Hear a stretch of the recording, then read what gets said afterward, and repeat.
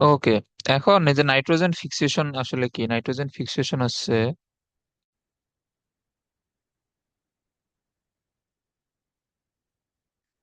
এখানে হচ্ছে তোমার বায়ুস্থ নাইট্রোজেন বা আমাদের বায়ুমণ্ডলে যে নাইট্রোজেন পাওয়া যায় এখানে আছে বায়ুস্থ নাইট্রোজেন কে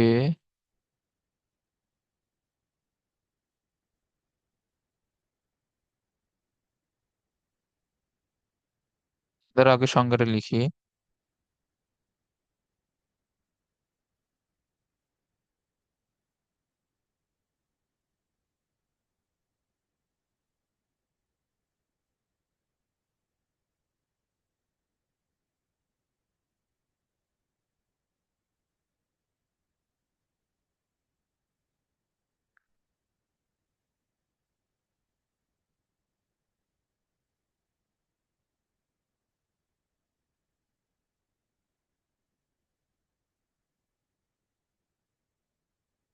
তো আহ তোমার বায়ুমণ্ডলে যেগুলো নাইট্রোজেন আছে, তো সেইগুলোকে তুমি তো সরাসরি ইউজ করতে পারবা না। আমাদের বায়ুমণ্ডলে নাইট্রোজেন কি সরাসরি কোনো কাজে ইউজ করতে পারবা? না। তো বায়ুমণ্ডল থেকে ডিরেক্ট কোনো গ্যাস নিয়ে তো আমরা সরাসরি কোনো কাজে ইউজ করতে পারি না। যেমন আমাদের বায়ুমণ্ডলে তো অসংখ্য অক্সিজেন আছে। তো আমরা যখন মুমূর্ষু রোগীদের সিলিন্ডারে করে অক্সিজেন দিই তখন কিন্তু আমাদের বায়ু নাইট্রোজেন কোনো কাজে আসে না। তখন এটাকে এই যে এটাকে সিলিন্ডার জাত মানে কি বলে তরলীকরণ করে সিলিন্ডার জাতকরণ করা হয়, তারপরে আমরা এটা ইউজ করতে পারি। তো সেম ভাবে নাইট্রোজেনকে তুমি মানে বায়ুমণ্ডল থেকে নিয়ে সরাসরি কোনো কাজে ইউজ করতে পারবে না। এটাকে ব্যবহার উপযোগী করে হয় সিলিন্ডার জাতকরণ বা অন্য কোনো উপায়ে সংরক্ষণ করে রাখা হয়। এই এই সংরক্ষণ করার যে ওয়েটা, এটা হচ্ছে আমাদের নাইট্রোজেন ফিক্সেশন। ওকে, এখন ফিক্সেশনটা দুই ভাবে হইতে পারে। একটা আছে প্রাকৃতিক উপায়ে আর একটা আছে কৃত্রিম উপায়ে।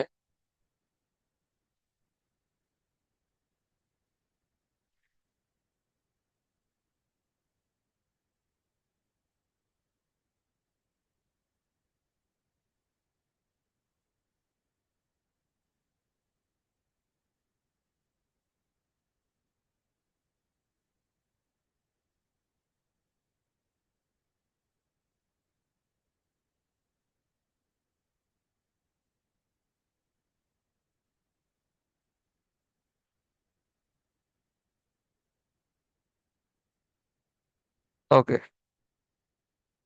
এখন দেখো প্রাকৃতিক উপায়ে, প্রাকৃতিক আমাদের যে ন্যাচারাল ওয়ে এটা হচ্ছে,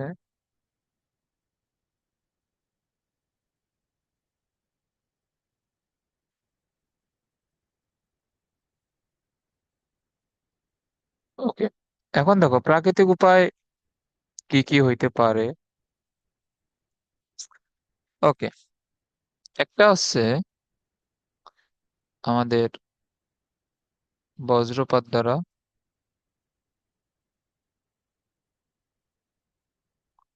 আর একটা হচ্ছে ব্যাকটেরিয়া দ্বারা।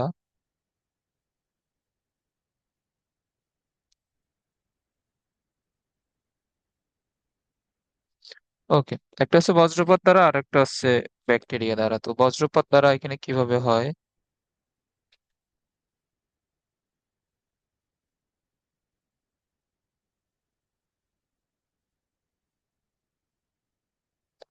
এখন দেখো বজ্রপাত দ্বারা হচ্ছে আমাদের যে নর্মালি বায়ুমণ্ডলে যেসব গ্যাস থাকে নাইট্রোজেন অক্সিজেন, এরা কিন্তু এমনিতে বায়ুমণ্ডলে তো তারা তো সারাদিন ঘুরে বেড়ায়। এই যে নাইট্রোজেন অক্সিজেন বা অন্যান্য যেগুলো গ্যাস আছে এরা কিন্তু এমনিতে বিক্রিয়া করে না, মানে সাধারণ অবস্থায় নাইট্রোজেন অক্সিজেন কিন্তু কখনোই বিক্রিয়া করে না।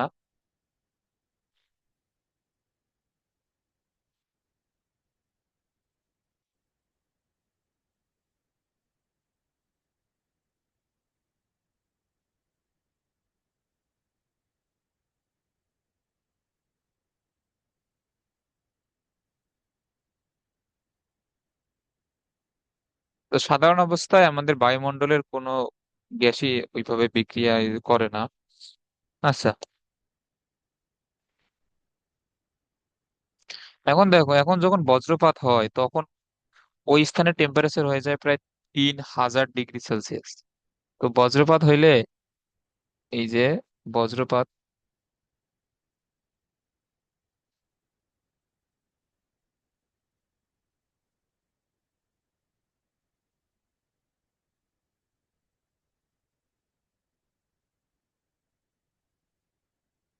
তো এত উচ্চ তাপমাত্রার 3000 ডিগ্রি সেলসিয়াস হয়, এই জন্য আমাদের এই বজ্রপাত যদি কোনো মানুষের উপরে পড়ে তখন তো একটা বিশাল পরিমাণে কারেন্ট পাস হয় প্লাস এত উচ্চ তাপমাত্রা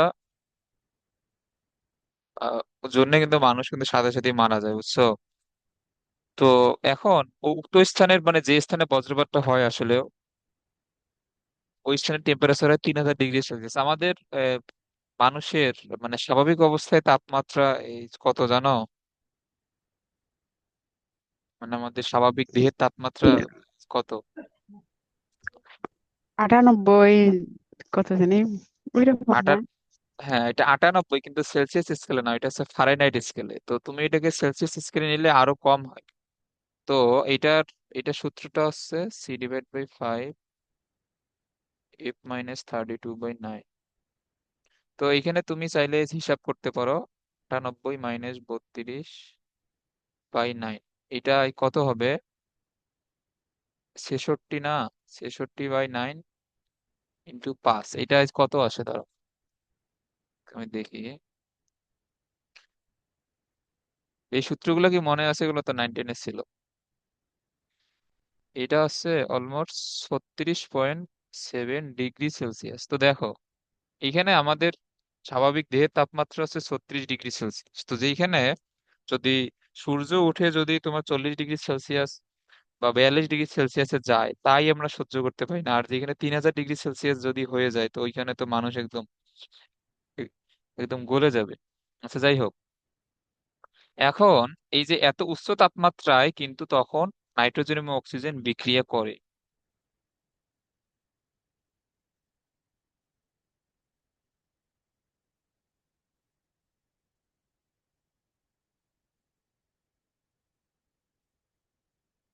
এই উচ্চ তাপমাত্রায় আমাদের বায়ুমণ্ডলের বা বায়ুস্থ যে নাইট্রোজেন অক্সিজেন এরা কিন্তু বিক্রিয়া করে। এবং এইটা তোমার এইখান থেকে দুই ভাবে এমসিকিউ আসতে পারে, যে বজ্রপাতের স্থানে তাপমাত্রা কত হয় এবং নাইট্রোজেন অক্সিজেনের বিক্রিয়ার জন্য প্রয়োজনীয় তাপমাত্রা কত। দুইটা এমসিকিউ আসতে পারে, তো দুইটারই অ্যান্সার হচ্ছে 3000 ডিগ্রি সেলসিয়াস, এটা মনে রাখবা। তাহলে এই যে নাইট্রোজেন এবং অক্সিজেন যদি বিক্রিয়া করে, এরা উৎপন্ন করে নাইট্রোজেন মনোঅক্সাইড। সো যেহেতু দুই দুই করে, এখানে দুই দিলে সমতা হয়ে যাবে। তো এইখানে তোমার যে প্রয়োজনীয় টেম্পারেচারটা এটা আছে 3000 ডিগ্রি সেলসিয়াস। ওকে। এখন এই যে নাইট্রোজেন মনোঅক্সাইড, এটা আবার বায়ুতে আরো যে আমাদের যে অক্সিজেন থাকে, এই অক্সিজেনের সাথে আবার জারিত হয়। বিক্রিয়ার পরে এই প্রথমে নাইট্রোজেন মনোঅক্সাইড সৃষ্টি করে, এই যে নাইট্রোজেন মনোঅক্সাইড,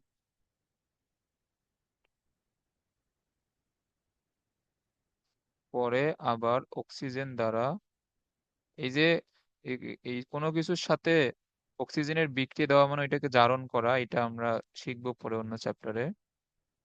অক্সিজেন দ্বারা জারিত হয়ে এটা হচ্ছে নাইট্রোজেন ডাইঅক্সাইড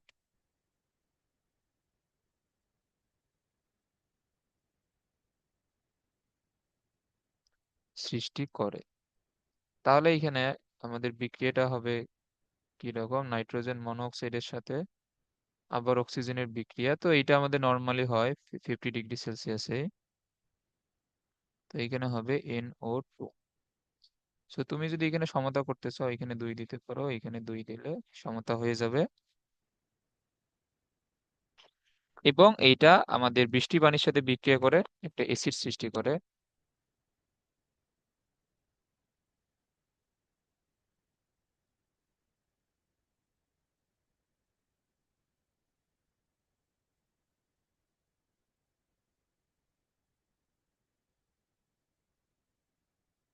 এটা কিন্তু অ্যাসিড বৃষ্টিরও একটা ব্যাখ্যা কিন্তু। এটা কি সৃষ্টি করবে? HNO3, এটা হবে নাইট্রিক অ্যাসিড।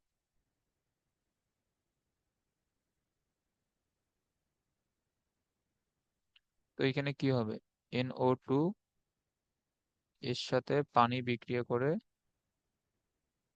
এখানে সৃষ্টি করবে HNO3। তো এখানে সমতা অত বেশি জরুরি না। ওকে, এখন এইভাবে যে আমাদের নাইট্রিক অ্যাসিড সৃষ্টি হইলো, এইটা যে বৃষ্টির পানির সাথে, তো এটা তোমার এই যে নাইট্রোজেন ডাইঅক্সাইড গ্যাস, এটা তো অক্সিজেন দ্বারা জারিত হওয়ার পর বায়ুমণ্ডলে তো ঘোরাফেরা করে সাধারণত। তো তখন বৃষ্টি তো নর্মালি এমনিতে তো ফাঁকা টাইমে তো তোমার বজ্রপাত হয় না, এটা তো বৃষ্টির সময় হয় না। মানে যখন বজ্রপাতটা হবে সেই সময় তো বৃষ্টিও থাকবে। তো বজ্রপাত হইলে তোমার যে স্থানে এই যে নাইট্রোজেন ডাইঅক্সাইড গ্যাসটা সৃষ্টি হবে, এই 3000 ডিগ্রি সেলসিয়াসের জায়গাটায়, তো ওইখান দিয়ে তো বৃষ্টিও পড়বে। তো ওই অবস্থায় বৃষ্টি পানির সাথে নাইট্রোজেন ডাইঅক্সাইড এই গ্যাসটার সাথে সাথে মিশে এইটা হচ্ছে এই যে বৃষ্টির পানির সাথে কিন্তু আমাদের এই ভূমিতে পতিত হয়। এটা বুঝছো? হ্যাঁ,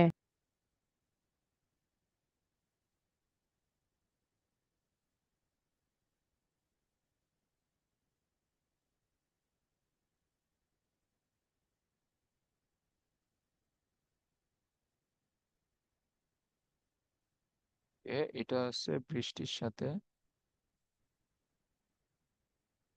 মাটিতে পতিত। এগুলো পড়ানো খুবই ঝামেলা আর কি, কারণ এগুলো রিডিং রিডিং পড়াশোনা, তো রিডিং পড়াশোনা বলতে এগুলো আবার একটু বোঝানো লাগে, না বুঝাইলে বোঝা যায় না। তবে এই যে পরিবেশ রসায়নের মেইন টপিক গুলা শেষ প্রায়, আর একটা টপিক আছে যেটাতে একটু বোঝা লাগে। ওকে, এখন এটা হচ্ছে লঘু অ্যাসিড আর কি, কারণ এইখানে পানির পরিমাণটা বেশি থাকে। এই যে বৃষ্টি পানির সাথে যখন পড়ে তখন এটা লঘু অ্যাসিড হিসেবেই পড়ে, লঘু বা দুর্বল অ্যাসিড আর কি। তো লঘু অ্যাসিড গুলো কিন্তু অত বেশি মানে কি বলবো রিয়েক্টিভ হয় না আর কি। রিয়েক্টিভ বলতে এরা অত বেশি বিক্রিয়া টিক্রিয়া এই যে করে না, কারণ এখানে পানির পরিমাণ বেশি, এবং এরা অত বেশি ক্ষতিও আসলে করে না। এই যে লঘু অ্যাসিড হওয়ায় এরা পরিবেশে তেমন একটা ক্ষতি করে না।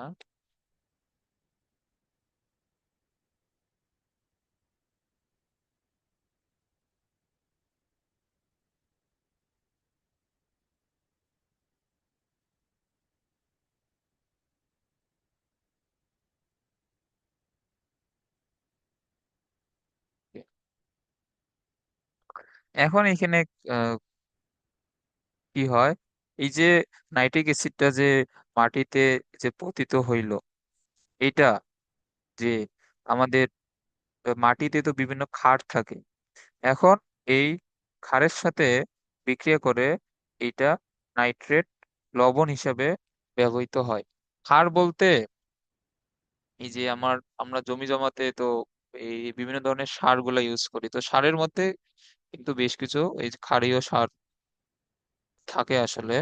তো ওইগুলোর সাথে বা আমাদের এমনিতেই মাটির এই বিভিন্ন যেগুলো ক্ষারীয় উপাদান সেইগুলোর সাথে বিক্রিয়া করে এই যে অ্যাসিডটা এটি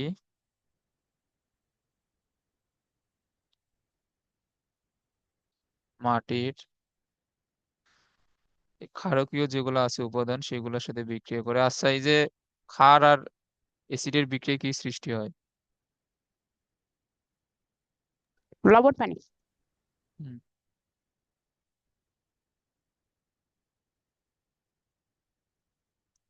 যেমন আমাদের চুন হচ্ছে একটা ক্ষারীয় পদার্থ। তো চুন হচ্ছে ক্যালসিয়াম অক্সাইড, এটা সংজ্ঞাটা জেনে রাখিও।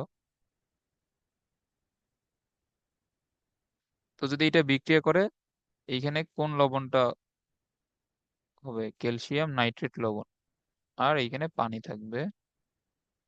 ওকে, আবার এটা কিন্তু ম্যাগনেসিয়াম অক্সাইডও থাকতে পারে।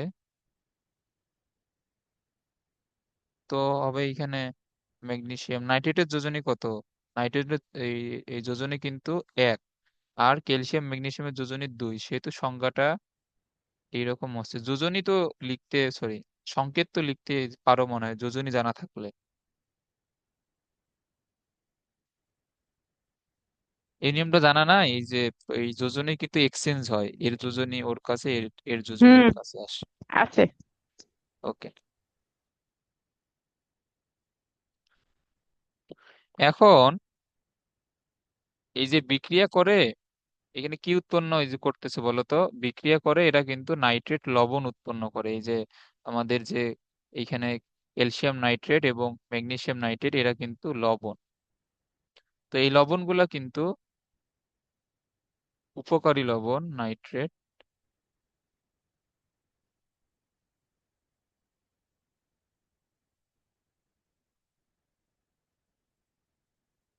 নাইট্রেট লবণ তৈরি করে, এবং এই লবণগুলা কিন্তু আমাদের গাছপালা বা আমরা যেসব চাষবাস করি ওইগুলোর জন্য অনেক বেশি ইম্পর্টেন্ট বা উপকারী আর কি, এসব নাইট্রেট লবণ।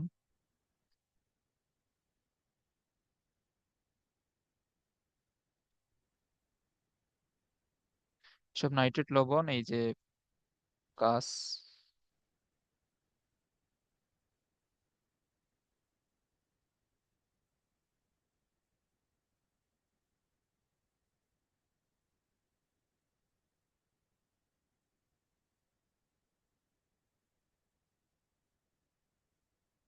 এরা কিন্তু এই যে গাছপালা দ্রুত বৃদ্ধিতে সাহায্য করে এইসব নাইট্রেট লবণ।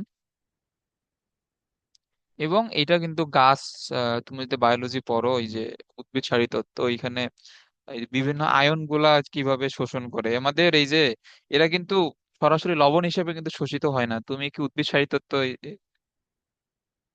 পড়ছো একবারও, এই যে বোটানির হ্যাঁ, বুঝছি।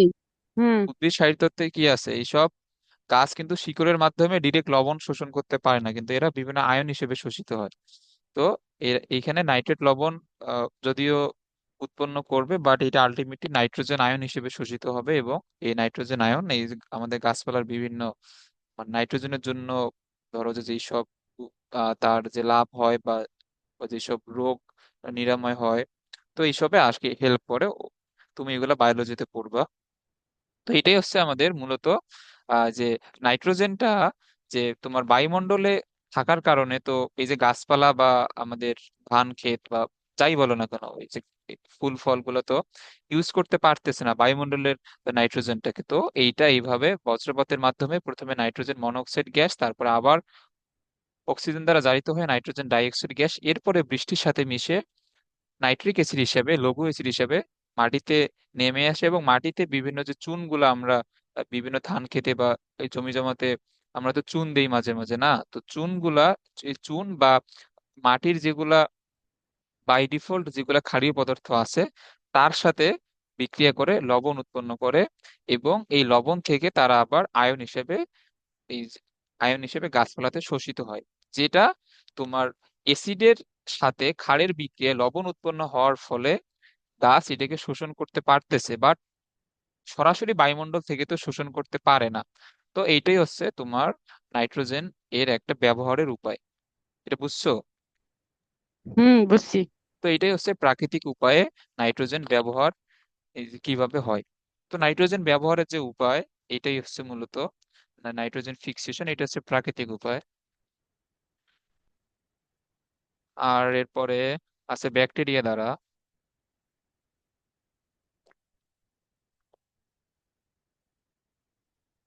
আর বায়োলজি বই কি শেষ?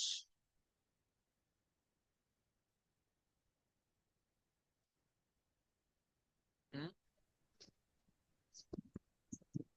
হ্যাঁ, হয়েছে একবার। না না, ওইভাবে একবার তো হইলে হবে না। সবই ভালোভাবে এই যে পড়তে হবে, ওইটা তোমার মনে হয় যে তোমার মনে হয়েছে, কিন্তু পরে একটা যখন এক্সাম দিবা তখন দেখবা যে কিছুই হয় নাই।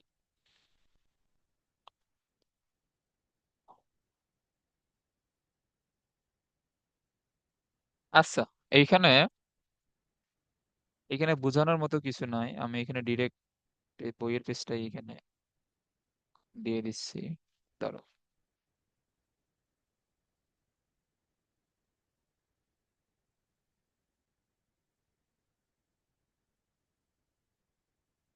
এখন যদি আবার এইগুলো লিখে দিতে চাই, এইসব লিখে দিয়ে কোনো লাভ নেই, কারণ এইগুলা আমারই দেখে দেখে লিখে দেওয়া লাগবে, কারণ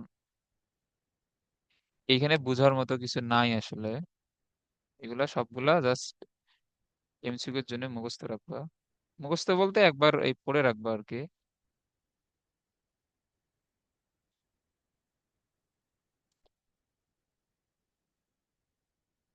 তো দেখো এইখানে বলছে যে সবুজ এলগি সিম মোটর সোলা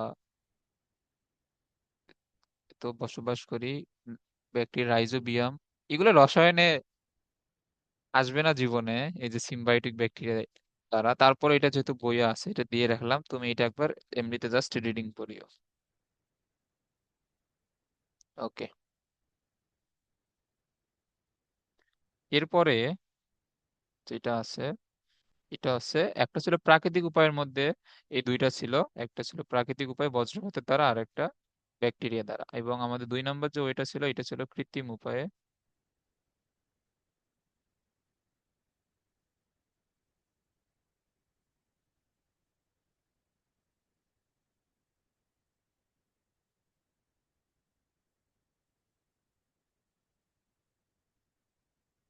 ওকে, কৃত্রিম উপায়ে নাইট্রোজেন ফিক্সেশন। এখন কৃত্রিম উপায়ে তোমার নাইট্রোজেন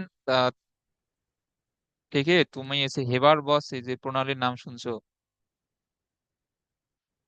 এই যে হেবার প্রণালী, তো এখান থেকে নাইট্রোজেন এবং হাইড্রোজেন বিক্রিয়া করে অ্যামোনিয়াতে পরিণত হয়। হুম। তো এটা হচ্ছে একটা ওয়ে, হচ্ছে হেবার প্রণালী।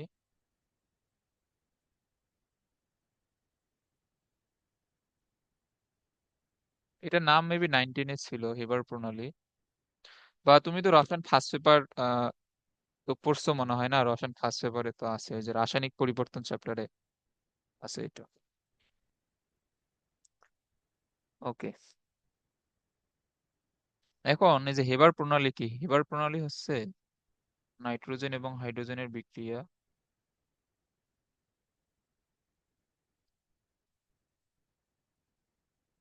এবং এইটা একটা বহুমুখী বিক্রিয়া। এটাতে কি উৎপন্ন হবে?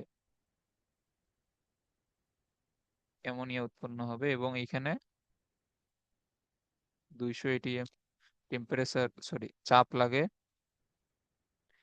এবং এটাতে প্রভাবক হিসাবে লাগে ফেরাস বা আয়রন। ওকে। এখন এখানে হচ্ছে এই যে হেবার প্রণালীতে নাইট্রোজেন এবং হাইড্রোজেনের, এরা প্রথমে বিক্রিয়া করে অ্যামোনিয়া উৎপন্ন করে, এবং পরবর্তীতে এই অ্যামোনিয়াটাকে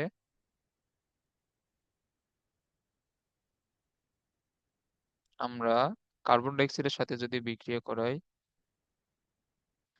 লিকুইড কার্বন ডাই অক্সাইড, এইটা তোমার 150 ডিগ্রি সেলসিয়াস তাপমাত্রা এবং উচ্চ চাপ প্রয়োগ করলে, এখন বিক্রিয়ার মধ্যে তো আসলে বোঝার কিছু নাই, বুঝছো? এই বিক্রিয়াগুলা এমনিতে মনে রাখবা। এবং এটা ইউরিয়া উৎপন্ন করে, এবং এই ইউরিয়াটাকেই আমরা মাঠ পর্যায়ে গিয়ে ব্যবহার করি। এই যে এটা ইউরিয়ার সংকেত, এটা মনে রাখবা, NH2CONH2। এখন তুমি তো এই যে মানে বায়ুমণ্ডলে যে হাইড্রোজেন বা নাইট্রোজেন আছে, তুমি তো এটাকে সরাসরি ইউজ করতে পারতেছো না, এটা তো আগেও আগেও একবার বললাম। তো এটাকে ইউরিয়াতে এই পরিণত করে, তারপরে আমরা তো ইউরিয়া সার তো ইউজ করি সব সময়। ওকে, সো এটা হচ্ছে আমাদের কৃত্রিম উপায়ে তোমার নাইট্রোজেনকে ব্যবহার উপযোগী করার একটা ওয়ে।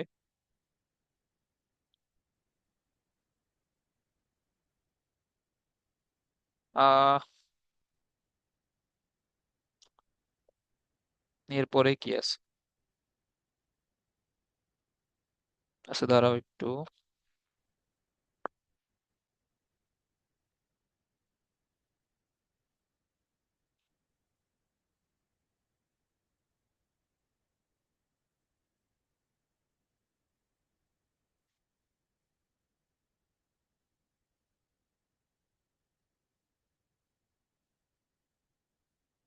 আর একটা আহ, বিক্রিয়া বইয়ের মধ্যে দেওয়া আছে, এটা আছে অসওয়াল্ড পদ্ধতি।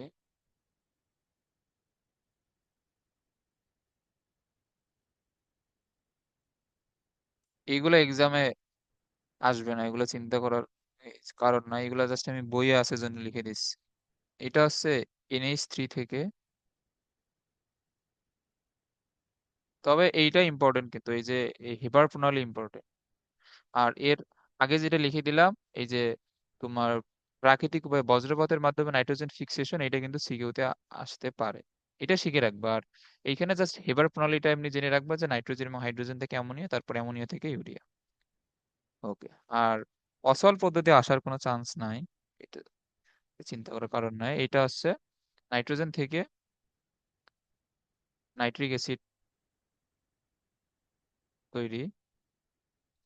এটা হচ্ছে প্রথমে NH3 এর সাথে অক্সিজেন, এটাও গ্যাস, এটাও গ্যাস। এটা হচ্ছে প্লাটিনাম প্রভাবকের উপস্থিতিতে 900 ডিগ্রি সেলসিয়াস তাপমাত্রায় এটা কি হবে, নাইট্রোজেন মনোঅক্সাইড উৎপন্ন হবে, তারপর বাষ্প বা পানি গ্যাস। ওকে। তো সমতা করলে এখানে তোমার দেওয়া লাগবে 4টা নাইট্রোজেন, এখানে 4টা, আর 4 আর 6টা মিলে 10টা অক্সিজেন, তাহলে এখানে 5। ওকে। তারপরে আবার এই যে নাইট্রোজেন মনোঅক্সাইডকে আবার তুমি যদি জারিত করো, এটা কি হবে? আমরা তো এই বিক্রিয়াটা একটু আগেই পড়লাম। এই যে নাইট্রোজেন মনোঅক্সাইডকে অক্সিজেন দ্বারা জারিত করলে কি উৎপন্ন হবে? NO3। কি? NO3। এখানে NO3 ছিল। নাইট্রোজেন মনোঅক্সাইডকে এই যে দেখো অক্সিজেন দ্বারা জারিত করলে NO2 অর্থাৎ নাইট্রোজেন ডাইঅক্সাইড। এখন NO3 লেখা যাবে না। NO3 বলতে কোনো যৌগ নাই কিন্তু, এই রসায়নে। তো এটা আছে, এই যে একটা অক্সিজেনের দুইটা অক্সিজেন মিলে যে NO3 হবে তা না, এটা মনে রাখবা। নাইট্রোজেন মনোঅক্সাইডকে অক্সিজেনের সাথে বিক্রিয়া করালে এটা NO2 উৎপন্ন করে। ওকে। এখন এবং NO2 থেকে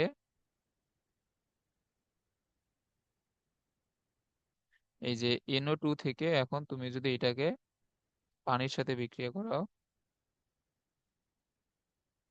এটা কি লিকুইড পানি, এবং তুমি যদি এখানে আরো কিছু অক্সিজেন প্রয়োগ করো বা জারণ করো, তাহলে হচ্ছে যে এটা এইটা মেইন বিক্রিয়াটা মূলত হচ্ছে যে এইটার NO2 এর সাথে পানির বিক্রিয়া, এটা কি উৎপন্ন করবে?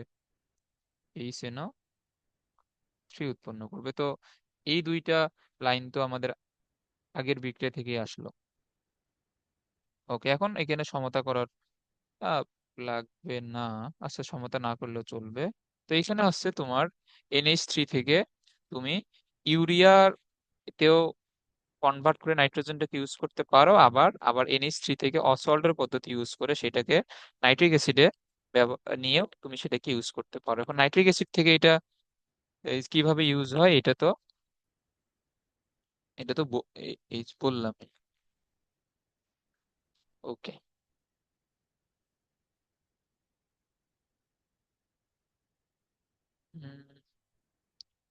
আচ্ছা, দাঁড়াও, এখানে MCQ এর জন্য কিছু জিনিস আছে আমরা যেগুলো অলরেডি পড়ে ফেলছি।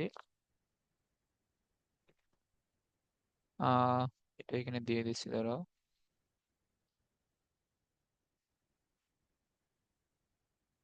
হুম হুম।